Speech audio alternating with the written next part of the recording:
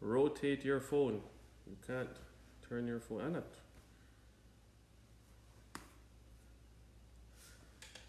Hello everyone, David Mullins here.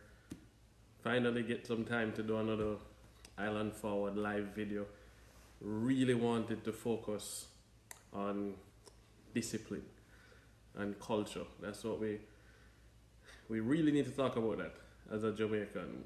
Those of us who have been paying attention to the news down there understand what's been happening since yesterday with the JUTC. For those who don't know, the reports are that we had somebody, early in the morning, a JUTC driver, there was an altercation at some point with a JUTC driver over the last few days in relation to a taxi driver, right? We're going to use a nice term, taxi. Jamaicans on the road in Jamaica tend to call them germs. But we're not here to dehumanize people. There was an altercation, and I believe that the taxi driver was blocking the bus stop, and a stabbing happened. Jamaicans are not usually good at conflict resolution, we have to admit that. And that person died.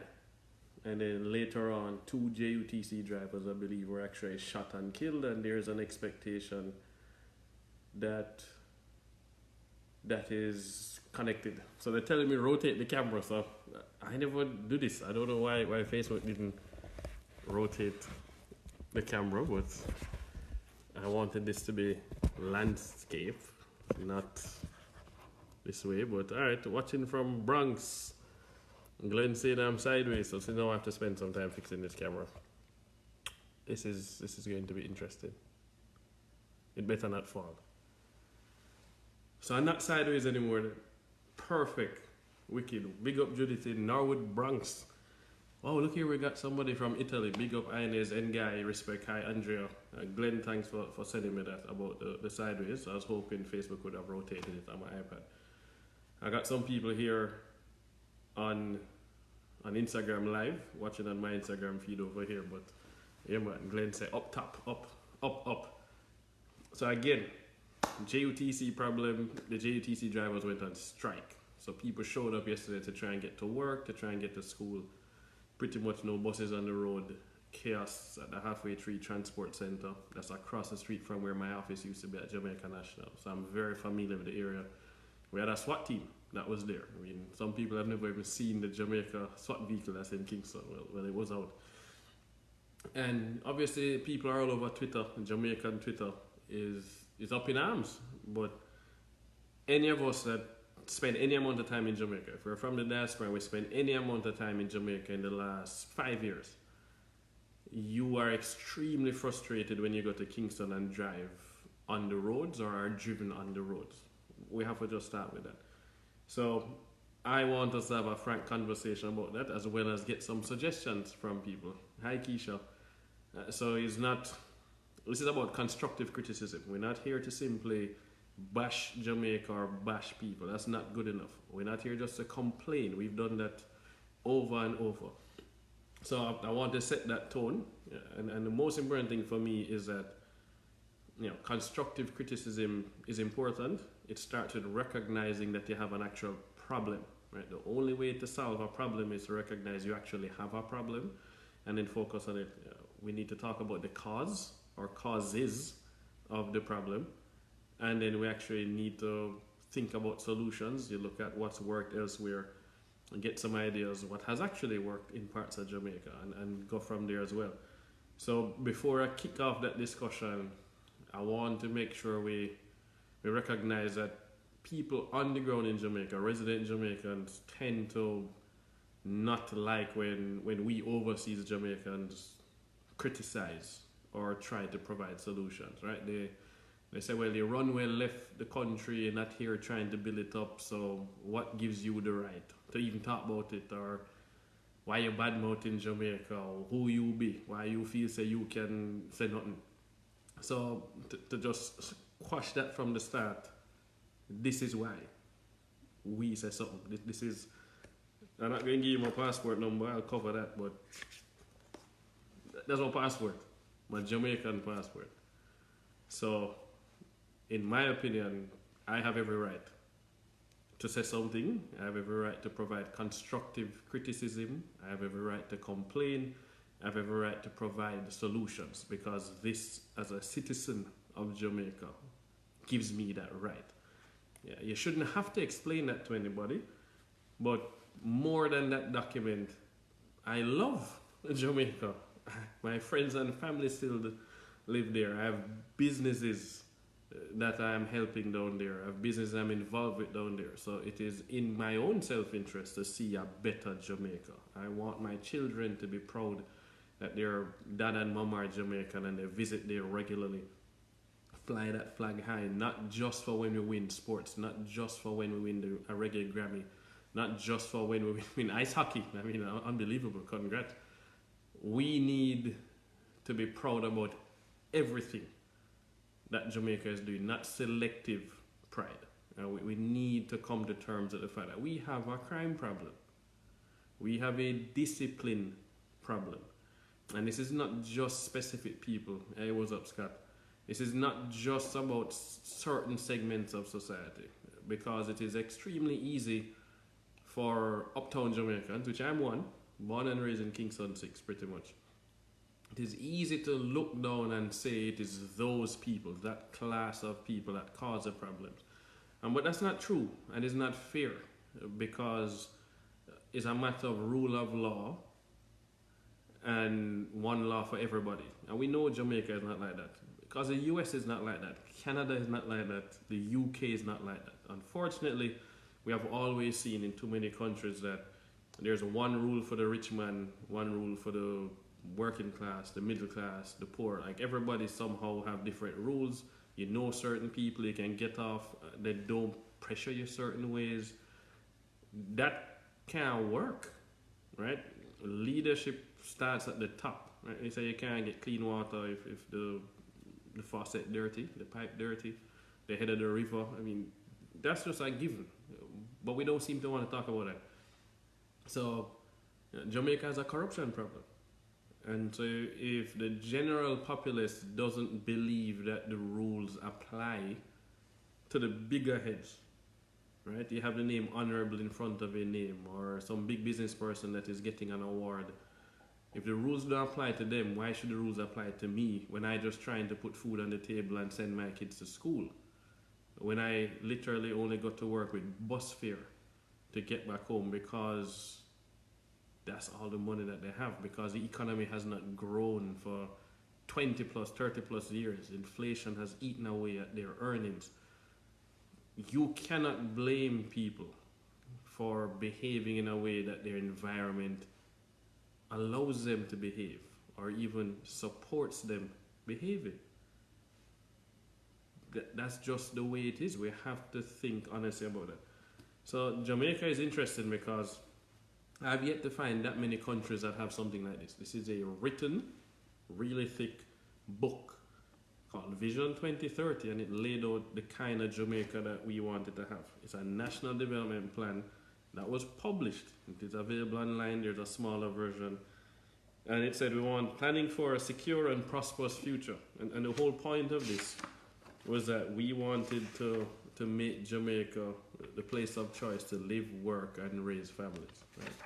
Obviously, a whole bunch of us don't agree with that because we don't live in Jamaica. We choose not to live in Jamaica. We choose not to raise our families there. And there are many reasons for that. That is usually a very personal decision, and you're allowed to do that. Nobody should make you feel bad about that. There's nothing wrong with that at all. You need to do what is important for you and your family and your future. So don't ever let anybody badmouth you for that. Well, let me say, Bevan James is saying, as an entrepreneur and business leader, how do you inoculate yourself from the widespread corruption? Wow. So that is, I mean, I appreciate you calling me a business leader. I don't think I've earned that title as yet, and that question came on Instagram. So I appreciate that. What I would say from a inoculate standpoint is that I don't spend as much time in Jamaica. I'm in the States. I'm in Jamaica every month for a few days. But the inoculation comes from being in a completely different environment that does not support widespread corruption. It also reduces the odds of me having to deal with corruption. So, but it does come down to morals and personal beliefs. So I'm the guy that is not going to get pulled over by the police and then say left or right. Respond to that, right? They say left or right. It's not left hand or right hand. It's left for money or I write you a ticket. That's what it means. Left or right. I'm the guy that's not going to left for money. Write the ticket. If I deserve a ticket, write the ticket. I have gone to traffic court in Jamaica to fight a ticket before that I got turned in by Devonos, and I won. I fought the ticket and I won. So you shouldn't make that decision. I personally choose not to make those payments. When somebody, a friend of mine, I remember years ago, we needed to get the fitness certificate of fitness for the car, right? Jamaica has that. The car has to be fit for road going purposes. Somehow we have a ton of cars on the road that are clearly not fit, and we have people who obviously did not earn their driver's licenses. But we know the open secret.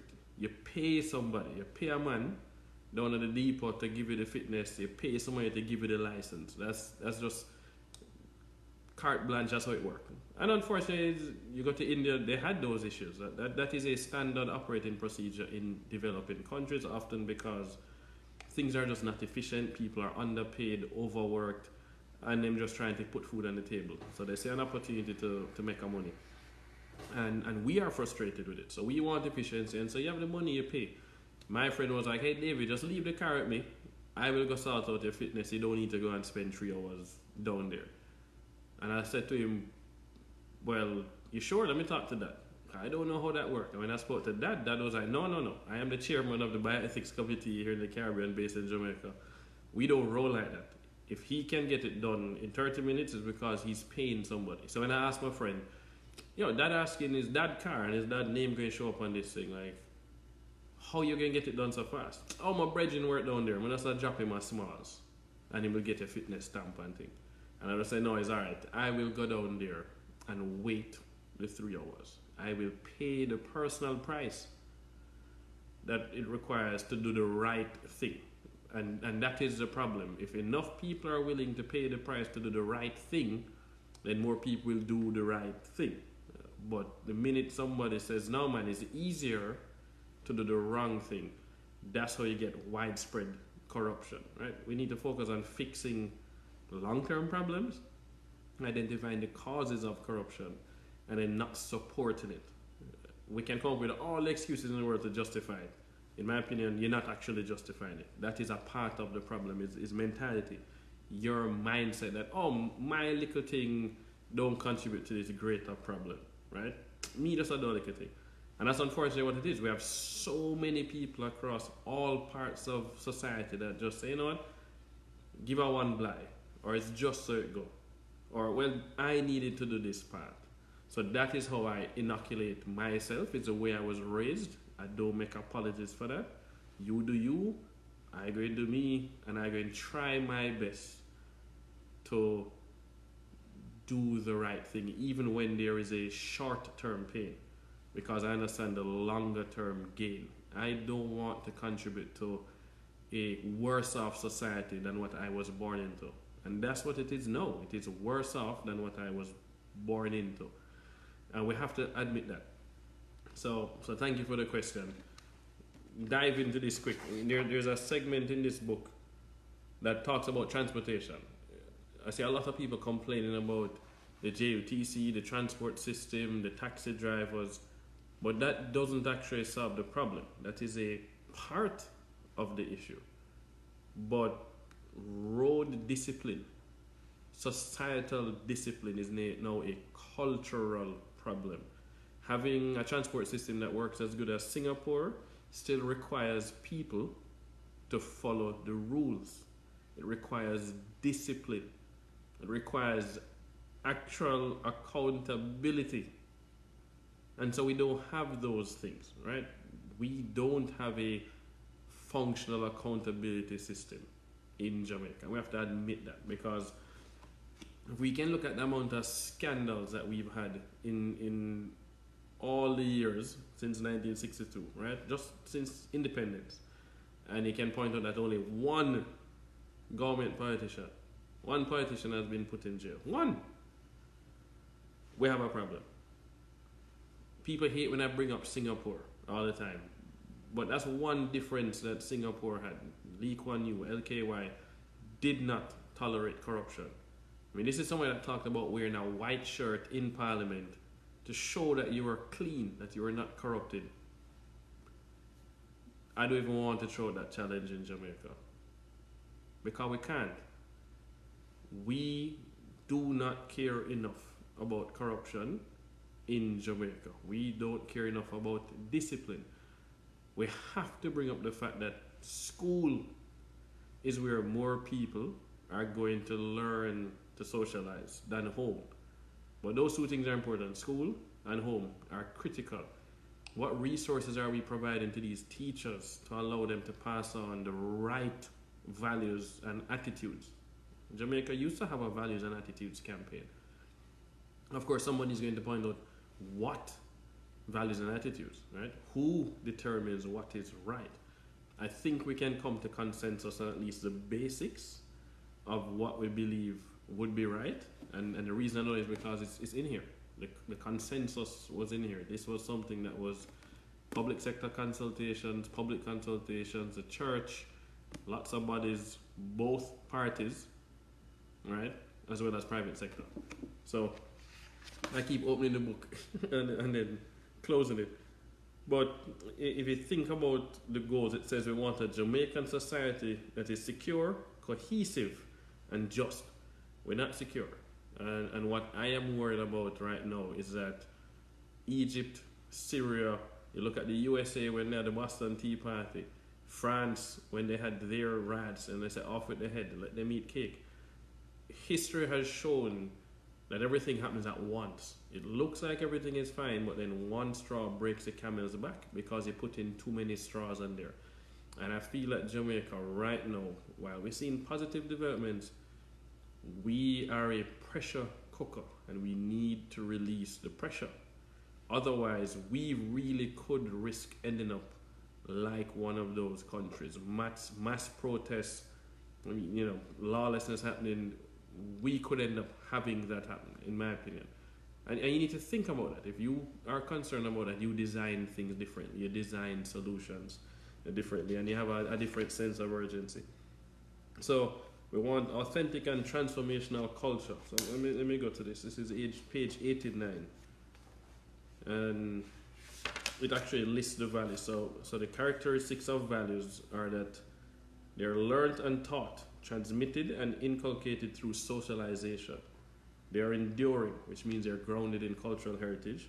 They are morally desirable, outlining the social criteria for and the cultural assumptions upon which good and bad, right and wrong, moral and immoral, noble and vile are established. A basis on which to act. They influence our behavior by preparing us to act in certain morally oriented ways. So I have George Lawrence Hall over here saying, some Jamaicans do not like to hear examples from abroad that seeks to instill discipline. They enjoy getting blighs and beating the system. And that is true. That is 100% true. But when Jamaicans go foreign, they line up to get on the subway. They line up to get in the tube. They line up to get on that bus. And they stand in line when they go to the DMV to get their driver's license. But that's because the norms are different. Social acceptable norms are different. That's one. But number two, they know that if they get caught, they will get punished. How is it that in Jamaica you're going to have somebody have 1,000 traffic tickets outstanding and still driving? That's not normal. We're not serious. We have to admit that. We're not serious. So fix it. That's what it means. We actually have to fix that. So it says here, in 2002, the Values and Attitudes Secretariat. Yes, Jamaica had a Values and Attitudes Secretariat. Identified a range of core values through a consultative process, including the following. Respect, which is in our anthem. Everything we talk about is respect. Honesty and truthfulness. Forgiveness and tolerance. We have to work on that one. Fairness. Discipline, responsibility. National pride. Love and compassion. Cooperation. Punctuality. I'm going to say it again. Punctuality, good work ethic. Those are the attitude that the literacy here is written. It's written here. This was what came out of national consultations. This was what was agreed on. So you have to wonder what is happening that causes us not to actually try and execute that. This didn't happen overnight. The problems that we're seeing because of these strikes that shut down essentially the productivity of a capital, of a country, didn't happen overnight. This has been building. It's a snowball that's been going down the hill, and nobody wanted to get in the way of the snowball. They assume the snowball will peter out, or we can ignore the snowball. The snowball just smashed into the house, and realize, uh-oh. And you have to think about it. With all the positive news going on about Jamaica and the growth rate that we actually seen, right? 10 times higher than what we've seen over the last 23 years. Even if it's not 5% yet, 5 and 4. You know what? It's still way better than what we used to have. So start with that. It is way better than what we used to have. We need to see more people benefit. We want broader based growth. There's no question about it. We need broader growth. We need to see minimum wage increase. We need to see per capita income increase. That is important. It's not a bed of roses. It's not perfect. But it's a start, and it's better than 2 years ago. It's better than 5 years ago. However, I think that we need to have honest conversations, and it's going to take a lot of people, and the people on the ground in Jamaica need to care more about it than us. Because remember this, with positive news, with positive PR, comes more scrutiny. And if Jamaica is going to get more scrutiny on the international stage, businesses will come down and see these things happening, understand the poor productivity, the poor work ethic, the lack of discipline, not want to be driving around to meetings because of how ridiculous it is on the road and how unsafe it is. They'll see the state of the education system, and you know what they'll do? They will not do business down there because they can go to Costa Rica instead. They can go to Colombia instead. Who dealt with a far bigger problem? Colombia's murder rate was higher than Jamaica. Jamaica is the third most deadly place in the world from a murder rate standpoint, right? Colombia was ahead. But Colombia had an actual civil war. They had rebels in the mountains called the FARC. They were able to sit down and talk with those rebels and broker something. And you're seeing the growth now in like a Bogota and these places. So we've seen people go through worse than us, survive it and grow and get their economies going and allow people to get new, better jobs that move up the value chain, that allow them to earn more money and contribute, grow the middle class. We need to make sure that we are working on that. I want to get some more questions. I see people joining, I see people. Glenn, send me a question. You make me fix the video. Any guy you're watching, we got 9 people live here. We'll get more.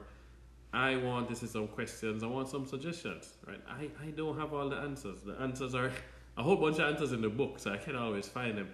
So George, I like this. George is very active on Instagram. I like this guy, George Lawrence Hall.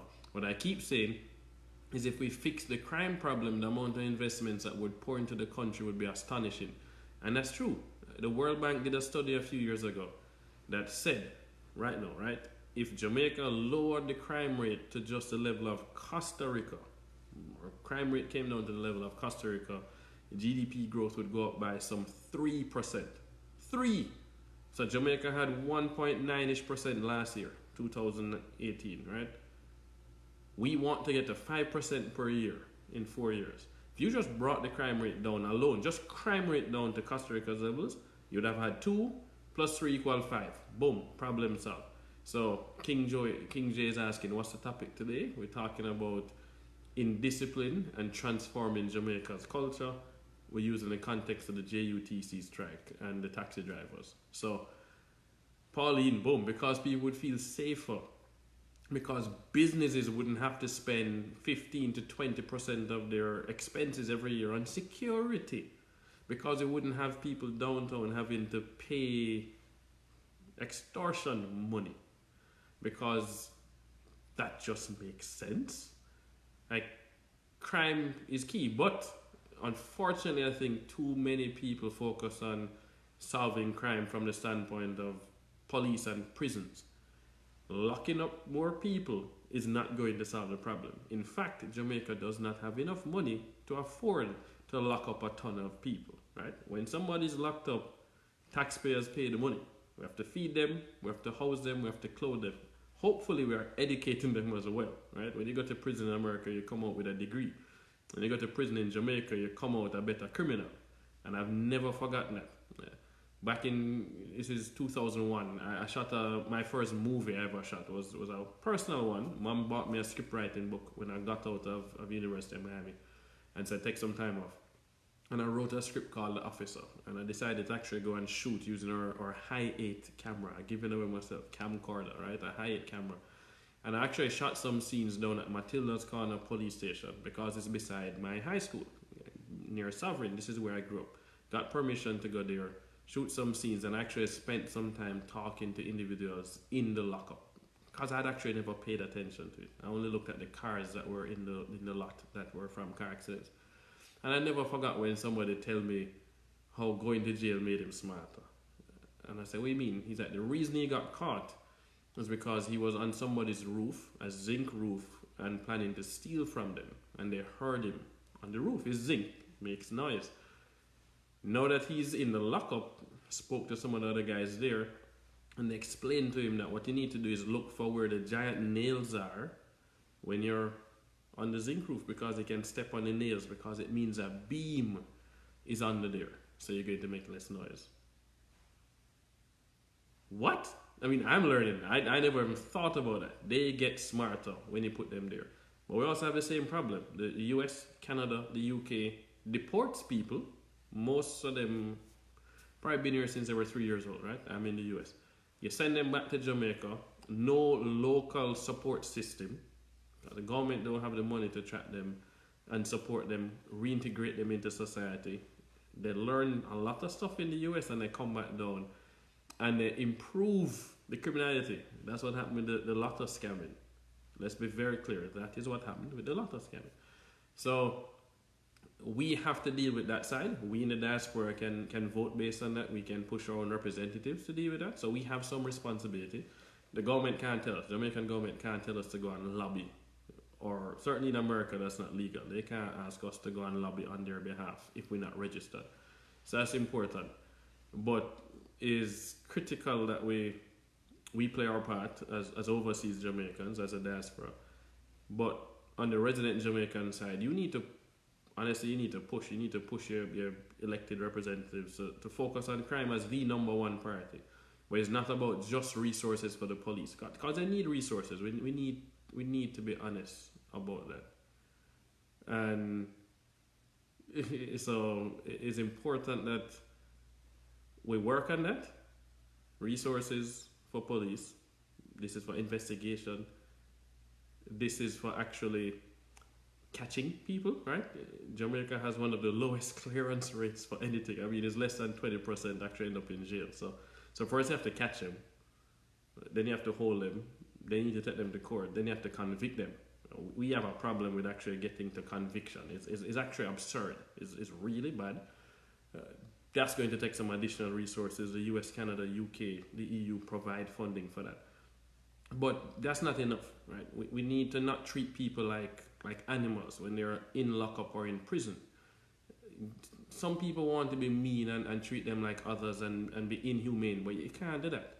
The point is reform. If you treat somebody like dirt, like you don't care about them, when they come out, how you expect them to feel? And I get in some comments, crime is one of the major problems for the country right now.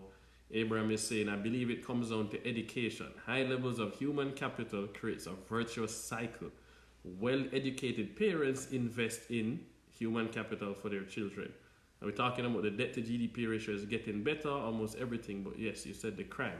And that's exactly good. Because the debt to GDP ratio is going down, right? We're at 98% now from 150.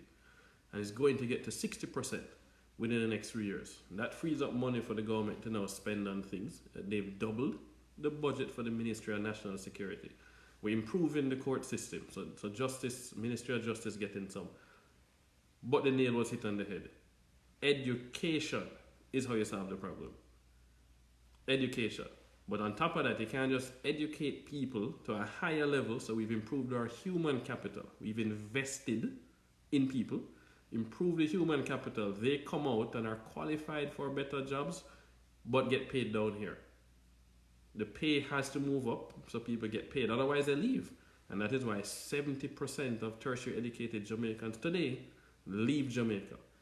70% of tertiary educated Jamaicans leave because Jamaica doesn't pay middle managers well.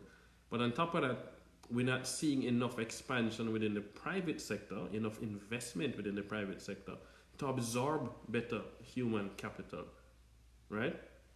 Absorb that human capital. So Costa Rica got Intel to come into their country because they had low crime rate, but they had a good regulatory environment for the businesses. And they worked with them to create training programs that fed good human capital quality into that system. And then Intel got their suppliers to then come and co-locate around that factory. That is what we need. It's a ecosystem that has to be built, but it starts with education. Invest in education gives you better citizens. But here's the catch, and I think somebody's probably going to point it out. If we invest in education, it means that we have more critical thinking skills, which means we have smarter voters, which means the tribal system that exists in Jamaica and other countries gets erased. So I seen over here, Jamila is saying, yes, as he said, the prisoners over there come out with a degree. Also, education isn't just math and English. It's knowledge and applying the knowledge, teaching people to think to make better decisions. Right? Abraham is saying an educated man will think twice about committing a crime. We are not educating them to be employed or to employ themselves. Excellent, excellent points. This is why I like engaging with people online. So I seen Trevor point out something. I mean, let me jump to Pauline's first. Murder and expatriates puts a damper on returnees actually wanting to return. Exactly. Hand for that one. We've seen that happen in Jamaica. But we also need to make sure that we, in the diaspora who decide to move back, recognize that Jamaica is not the same as we moved away from 30 years ago. That's number one.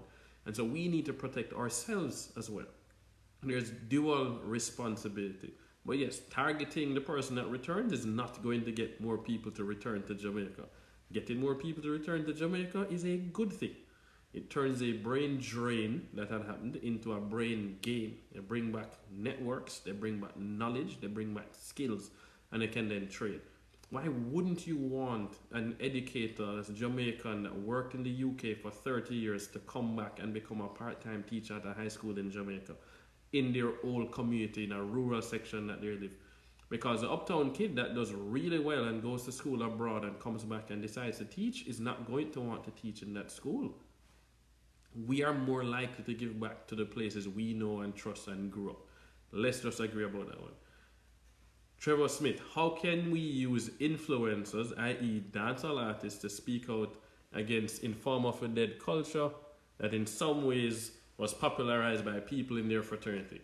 And so I love that you bring that up. And I think that we, unfortunately, are too quick to sideline those people.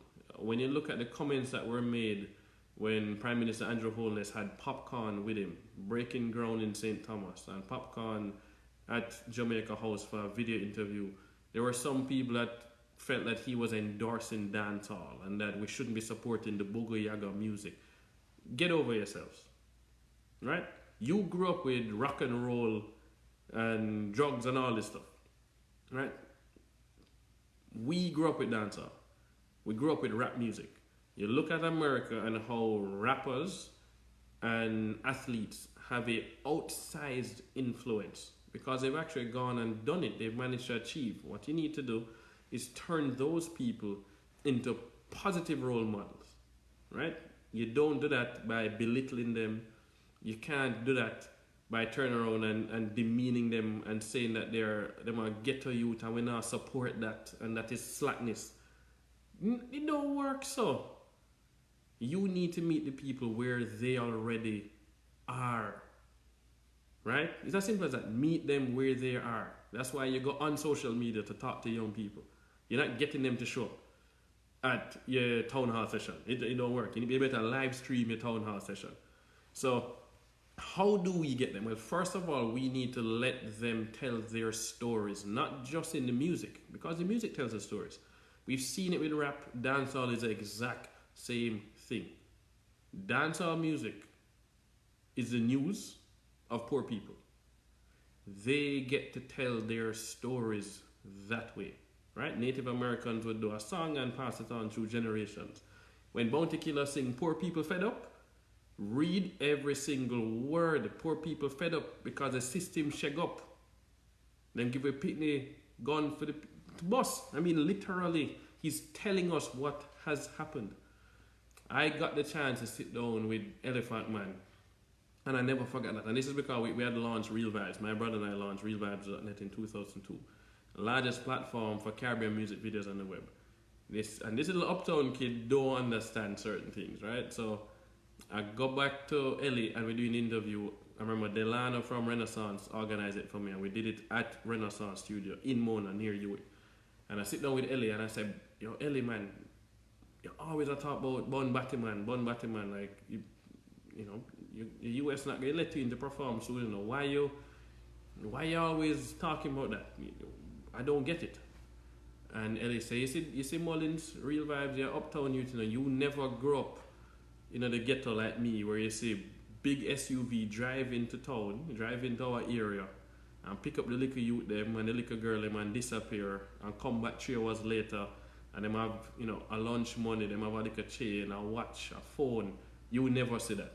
And I was like, but Ellie, that's not a Batman. That is a pedophile. And Ellie was like, a pedo what? No man, them like bottom, so we don't like them thing there. So it's that my burnout. And so it takes one listening to them without judging, listening without judging. Understanding their lived experience is different from what we have lived. They have interpreted a certain way, and then we can educate them and say, well, that is not what this is what it is. How can we help? How can we help? I don't think we put enough resources in that. We don't take enough time to have empathy, right? Jamaica is ghetto, working class, rural, uptown. We have a whole bunch of different Jamaicas, and we need to admit that. We have a massive classism problem. It is not as rooted as India. We're entrenched, we're talking about the untouchables and Brahmins and so on. But it's pretty much like that, right? As far as I'm concerned, Kingston is divided into 3 places. We have above the clock. So you're moving uptown, up towards, right? We're talking about halfway tree. So we have a clock in halfway tree. So we have above the clock, which goes up to Devon House, New Kingston, Hope Pastures. That's where I was raised. But then my parents also made sure that I went below the clock, right? So, and then we have crossroads. So in my opinion, it's crossroads, halfway tree. Those are 2 major dividing lines in Kingston. So you have uptown, we have between the clock and crossroads, and then you have below crossroads. And it's too often that the people above the clock look down on the people below crossroads, and the people below crossroads have issues with the people above the clock because they feel like they're not cared for. People don't think about them. If every politician in Jamaica had to take the bus to go to Garden House for Senate sessions or for Parliament, you know how quick things change? You know how quick things would change? Because they don't have to drive in that traffic, right? If you ever spend any time in Kingston, you're going to see the vehicles with the MPs and the police bobbing and weaving through traffic, and everybody have to move over. They don't deal with the traffic. They drive around it. If you don't experience it, you can't relate to it. There's a famous video, you can Google it, but it happened, I believe it was President George Bush in the US. Not one, not 2, not Junior. Man never even know how to scan at the supermarket. He didn't know the price of bread. Mitt Romney right now is the same thing. These guys are living such a different world that they can't relate. It's the same problem we have. in Jamaica. So Jamila is saying you mean well and you're an open, caring and willing uptown youth though. I see those traits being very helpful and making a difference, which is important. And then Abraham is saying we don't form enough cross-functional teams. And that is 100% true. If we think about technology right now and the way we design tech, we're talking about diversity and inclusion. If it's only a bunch of white men design the facial recognition program and they test it on only a bunch of white men, guess what? It's going to have a problem recognizing women's faces, and it's going to have a problem recognizing a face like mine. And we've seen that now happen. If you don't have a seat at the table, you don't get to think about how it affects you. And if they are designing and don't include people who actually are affected by it, you're going to have a problem. So we, thinking that we're elites and we're smart and we're uptown and we're elected or we're wealthy, want to design solutions for Jamaica, for example. But the solutions don't get any feedback from the people that actually need to benefit from the solutions. Where is a town hall meeting where you go down into Tivoli Gardens and Denham Town? Right? Go down there and talk to them. That's why they have MPs. The MPs are supposed to spend time talking with these people and asking what would make your life better. And you know what the answers are? It's interesting. They're going to talk about something as simple as, yo, my area not clean enough. Garbage man not come through in a while. I don't have water in my pipes. Simple things that would show that the state cares about them, therefore they should care about the state, right? If you provide services, or supposed to provide services that are supposed to keep the place looking good, but you don't do it, why you expect them to keep the place looking good? You are creating the conditions for them to behave in a certain way. So change the conditions, they will change their behavior. So I see, there's enough among the politicians to bring change. They are insulated from the rest of the people. Exactly. Let them eat cake. And that's what happened before they went off with their head in France. Remember that. Jamaica is at a let them eat cake stage. We better solve this quick. Otherwise, somebody is going to light the powder keg on fire. One of my good friends, high school classmate Jeremy. Jeremy is saying, still have friends in Torrington and Arnett Gardens and go to matches at the Anthony Spalding Complex. Always a good time, some good people there. Just have to be careful as with everywhere you go. Good people there just need opportunities. And that's true, they need opportunities for training. They need opportunities for socialization. They need opportunities to improve their skills.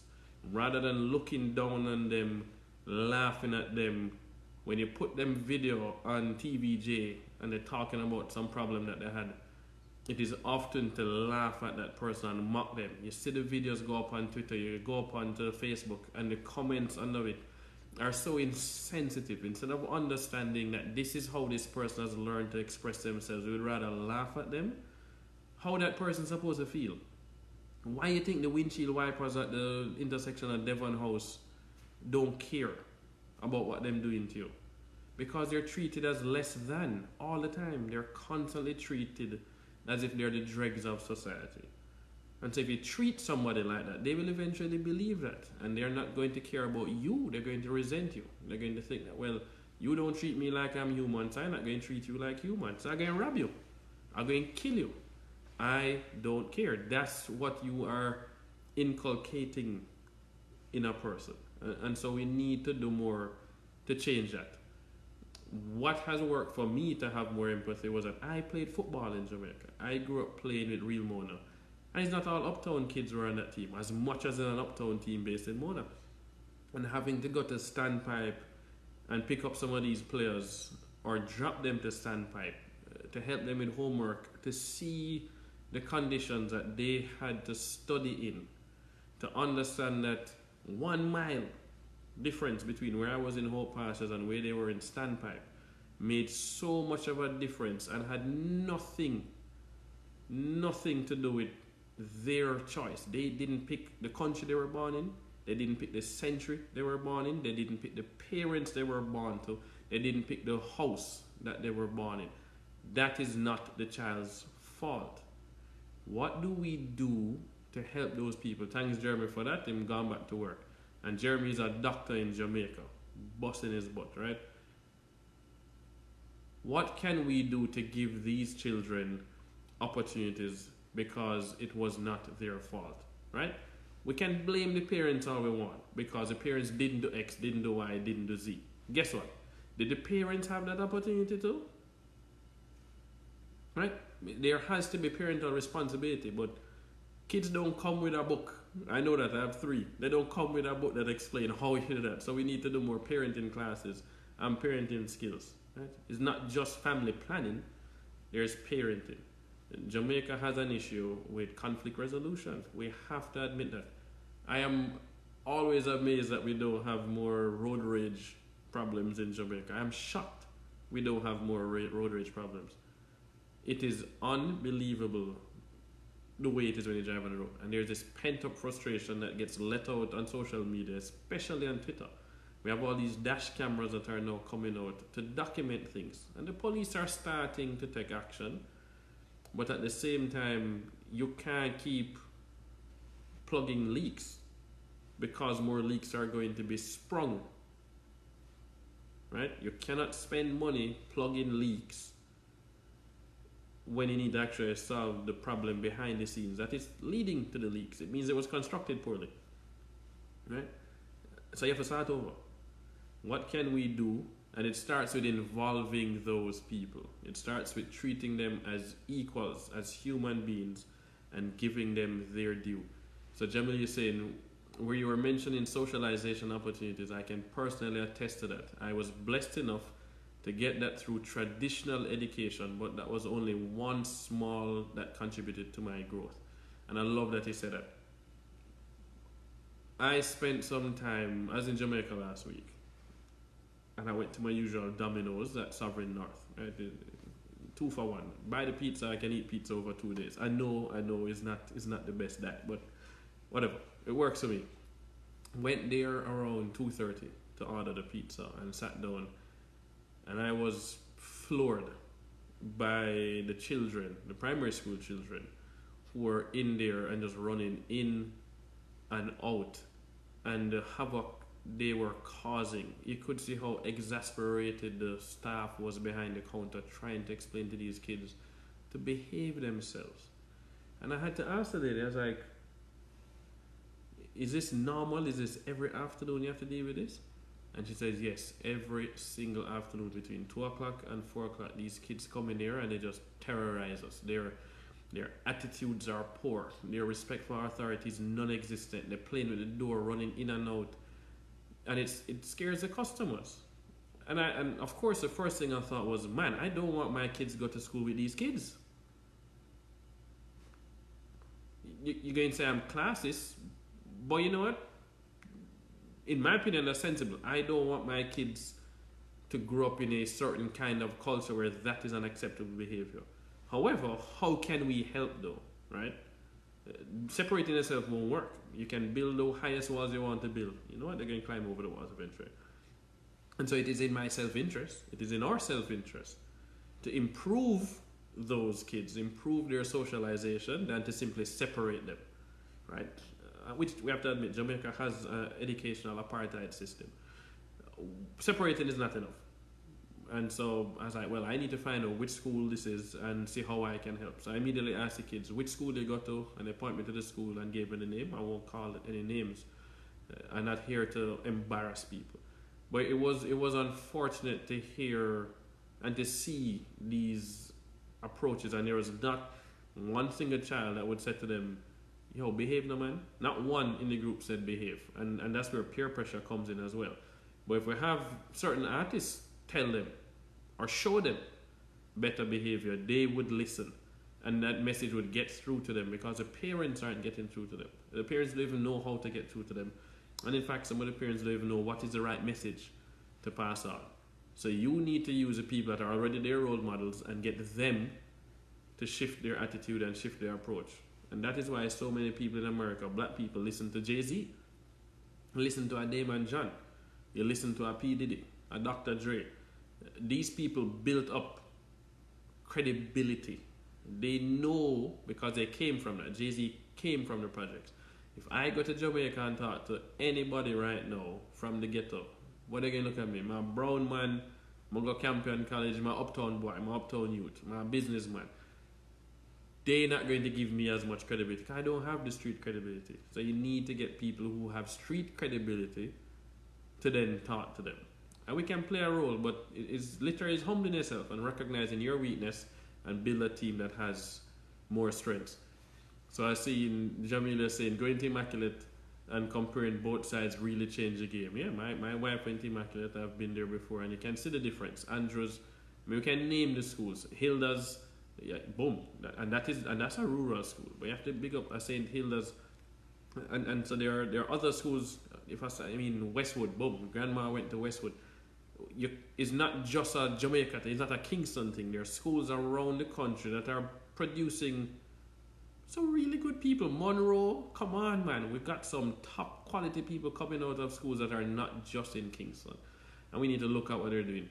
We're seeing one here that says, we're talking about the disadvantaged parent begets a disadvantaged child. And that's true. That's 100% true. Hi, Ayana. Jamila coming again. I'm happy I experienced primary school, then got mixed with uptown kids. It showed me and taught me a lot. Taught me how to deal with and empathize with everyone. See the different perspectives, etc. If you don't mix with people, you can't relate to them. And that often is a problem in America. Somebody that lives in America, I worked on Hillary Clinton's campaign and volunteered on Barack Obama's re-election campaign. I was in charge of Caribbean American Outreach in Miami-Dade, and I started work in Orlando. And I remember I knocked on some 5,800 doors between Orlando all the way out to Daytona Beach, all the way to the water. So we passed through some interesting communities. And Florida is actually mostly rural. People don't seem to realize that you have the I-4 corridor, you have South Florida, Broward County, Miami-Dade, West Palm Beach, and then we have Tallahassee itself. And even Tallahassee is fairly rural. The rest of it is rural. It is more like Kansas, right? Alabama. So it's predominantly white. Unquestionably, there's a racism problem. You're going to see Confederate flags. And I remember going into those situations, knocking on those doors, and having my own biases. And I thought I was a really woke person, right? Oh no, man, I don't judge people, I have empathy. And I found myself completely misjudging people. And I had to check myself. I had to humble myself and realize that sitting on the couch with this person who is a Republican Trump supporter and hearing their reasoning without judging them, without calling them racist, opened my eyes to their world and their lived experience. Knocking on doors in Sanford, on one side of the train tracks, predominantly black. This is where Trayvon Martin was shot. Going into projects. I remember I had 220 doors to knock on one time, one afternoon. We usually knock on 80 doors per day, 4 hours. And I had 220 doors. I was like, man, what is this? It's 3 towers. I went there. Obviously, this is a project. This is below working class neighborhood. And I'm in there to go knock t-shirt, jeans, walk up to the first group of people. It's a group of black Americans, mainly guys, one girl, playing some card game. And there's a cooler beside them with beer at 4 o'clock on a Wednesday. And I was in my head, I was just like, okay, interesting. Let me start, somebody's supposed to live here. Let me look for the person. It's a female name. And I asked if this person lives here. I have 2 questions for them about the upcoming election. And everybody was like, oh, how long you going to be here for? I was like, oh, I'm here until 8 p.m. doing knocking on doors. And they're like, no, bro, you can't stay here after 6 p.m. man. You're gonna get in trouble. It's dangerous. I was like, no man, I'm good, I got this. And they're like, yeah, no, how come? I was like, no, I'm Jamaican, I got this. It's like, what that mean? I say, yo man, a bad man, don't ramp with me now. And everybody started laughing. And they said, that can work. So I got them laughing, did the question, and then I went and knocked on all these doors. And I got to meet so many people who shared their experiences that were mind-blowing to me as a Jamaican in America, the land of opportunity. We need to do the same thing in Jamaica. Some of us need to actually go knock on some of those doors and spend some time with people who live in Tivoli Gardens and Denham Town and Trenchtown and rural communities. Go out to Spaldings and Frankfield. That will teach us a lot and inform that. Time counting down on my Instagram one. Let me read some of these stuff quick. It says that, that's why I was upset when some popular artists say they are not role models. You don't choose to be a role model when you're in the spotlight. So you should use your influence for positive. And that's 100% true. Whether or not you want to be a role model, you are going to be a role model to someone. Whether or not you want to be an ambassador for Jamaica when you go abroad, you are an ambassador for Jamaica when you open your mouth. So whatever you do is going to reflect on the country, and if you remember that, you should act differently.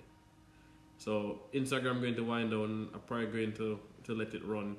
We're coming up to 5 minutes left in this show because it's supposed to be 1 hour. I think this is an important topic.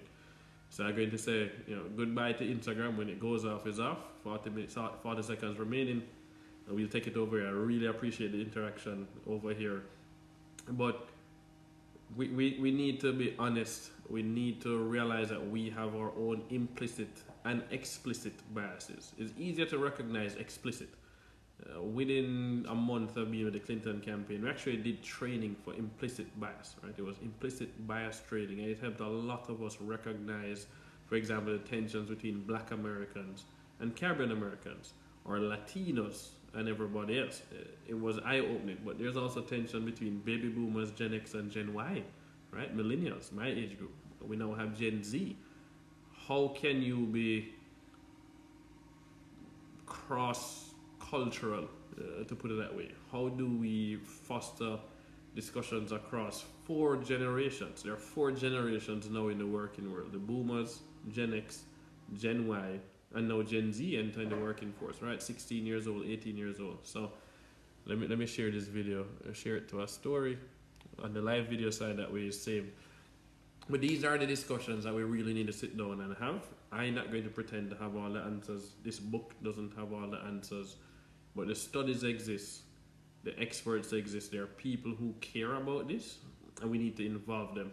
But most importantly, we need to involve the voices of the people most affected by this. So we can cuss the taxes all we want. We can call them germs. We can cuss the JUTC. We can talk about indiscipline. But we need to actually sit down with those people. We need to understand what created this person so that we can solve that problem and prevent more from being created. Locking them up, taking away the cars, that's not going to solve the problem. Locking up criminals, that's not going to solve the problem. America has like 40% of all the criminals, in some big number, right, locked up, which is crazy. In terms of the world's prison population, it's like 40% in America. That clearly has not worked. So you look at the Nordic solution, we look at reform, you look at Japan, you look at Singapore. Zero tolerance is one thing, but they invested in education. It wasn't just about discipline and caning people and banning gum. It was about first investing in education, supporting strong family structures. That is the kind of stuff that we need to do. Having the right regulatory environment, introducing reform. And Jamaica has done a lot of that on the fiscal reform standpoint. Removing red tape. There's still more red tape to be removed, but these are the things that we need to turbocharge, and we need to make even higher priority: education. So I want some more comments though. I'm glad I got feedback from the Instagram side. Facebook is less active today. I'm sure we're going to see comments that come in after the video is posted. But this is... It's funny, these are actually the things I discussed at the dinner table with my dad. This is what I grew up talking about with dad, especially, sometimes with mom, on a regular basis. Read the paper on Sundays. That's the reason I wrote the columns I wrote for the Jamaica Observer on a Sunday, around these kinds of issues, political, economic, social. Because I felt like we're not having honest conversations. We had some people that were simply somewhat ego-driven in some cases. They're not open to new information. They're not willing to confront reality and confront truth. And so I definitely don't have all the answers. I just know that there are things that have worked elsewhere that we need to employ and then deploy. You can't just take what's worked elsewhere and just stick it, right? It worked in Oakland, California. Doesn't mean you just bring it to Jamaica and implement it. That's not how it works. We do have cultural differences, and so we need to localize something. I think about video games, for example. When a game is made in Japan by Nintendo, they have a localization team, whether it's for Germany, for Denmark, for Brazil, for the US. There's a localization team because some things just don't translate over. It's the same way when we decide that we want to implement something that works somewhere else and bring it to Jamaica.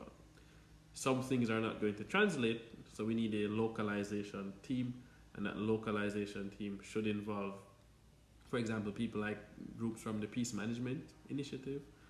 We look at the things with Augustown and what actually worked in Augustown when they had, I believe it's a year of 0 murders. There are things that have actually worked in Jamaica. There are things that have worked. We need to be able to scale it up. And you know what is going to take to really scale it up? It takes cash to care. And that is where we in the diaspora especially are going to come in. We cannot simply send money back via Western Union and Jane Money Transfer, right? And MoneyGram and Zoom. It's not just about remittances. Those are going mainly to our family members, and we're going to send it no matter what. This is where it's going to come in on donations. Whether or not you get a tax break, you making a donation to Jamaica to support a peace management initiative or better education in terms of resources. A lot of us already did that from the Alumni Association standpoint. Look, we thank the UJA. Jamaica certainly has an extremely strong alumni association. It's amazing to see what some of these schools have been able to do thanks to alumni. We want to turn that up a notch, but what else can we do to contribute in a bigger way? So hopefully I will get to be a part of that. I'm working on something for next year, but those are the things that we need to look at. And you don't need to start another one. Somebody already doing it. Join forces with them, help them. If you have problems with governance, help them with their governance. You have problems with spending, help them with spending. Problems with reporting, then help them. Don't just go and start your own thing and then we have 100 different entities trying to do the same thing and going to the same people. Let's have 1 or 2 entities that are scaled, that can get a larger pool of capital to then be deployed and monitored and provide regular reporting, quarterly reporting and annual, so it's transparent because we care about it. We care about transparency. So I think I should wrap up now unless we have any more questions coming. I want to thank Glenn for letting me know that the video was sideways. I was hoping the camera would have rotated with Facebook, but it didn't. So this is the angle that we have. But this is a topic that hurt my heart yesterday to see what was happening, and after being in Jamaica last week, it is. Every time I fly back down there, I'm there again next week. Every time I go down there, it is frustrating, and it shouldn't be frustrating. It's a beautiful island with beautiful people. The way we greet tourists, the tourists love us because of the way we treat them and greet them. I've met some amazing people when I did a walking tour of Trenchtown 2 months ago. And it's sad. It hurts. It hurts my heart to see these kinds of issues popping up, and I am genuinely afraid that Jamaica will have a yellow vest moment like what we've seen in France and parts of Europe, because it is that serious, it is that tense, and you can sense it when you talk to certain people. And if you don't spend time among those people, you're oblivious because you're just going to expensive parties. So Trevor, thanks, thanks for caring. It's a good discussion, David. I care a lot, and I think that this is something important. Janelle says, I don't have much to contribute. I'm here to learn. I'm really thankful for this conversation. I'm 22, born in Canada to Jamaican parents. All I get from them, sadly, is me nah go back. Them a kill people, too much people down them, and nah go live there if they kill me, and more to that effect. Valid sentiments, of course, but I wish them and I could have a deeper conversation and figure out how to support. Thank you for your time today. So Janelle, send me a message. I'm willing to talk to you separately. That negativity is not going to help, and that's something that we in the diaspora need to make sure we don't pass on to our children. There's a lot of good people in Jamaica. There's a positive future for this country. It is going in the right direction. And all of us need to step up and play our part, no matter how small it is. It could be that you buy a song for $1 because they're raising money for a project. You never know. It could be that you volunteer. You take your summer and you come down and volunteer for a month or a week. All of that makes a difference. You send a book to a school. All of these things can make a difference. And in this world today, thanks to technology, we actually have far more power to have positive influence than we realize. And it can start by actually reaching out to our favorite artists. and asking them to step up to the plate and let us see a better Jamaica. So thank you guys for spending time with me, for listening to my voice, for letting me into your life. You don't owe me anything. I don't think that I am owed this. This is something I do out of my heart. This is something that I believe is a responsibility of mine, because I read, I have ideas, I share, I want to engage other people. I want to give a voice to the people like those who are on Instagram asking questions and giving suggestions, because I don't think enough of us are willing to put ourselves out there and share and be open, transparent, authentic, and share our real lived experiences and speak to empathy and implicit bias. So thank you, everybody. This is exciting, and I can't wait to have another conversation next week. I probably will actually be in Jamaica, and I should be in Jamaica still on the Wednesday, and I'll try and stream from down there, and let me see if I can get a special guest like my first one, and really talk some more about this one. So thank you, really appreciate it. Big up to Jamaicans.com and Xavier Murphy for giving me this platform and this opportunity. And for all of those who are going to watch this as a recorded version, send questions, suggestions, posts. I will definitely be checking and replying over the next week. One love.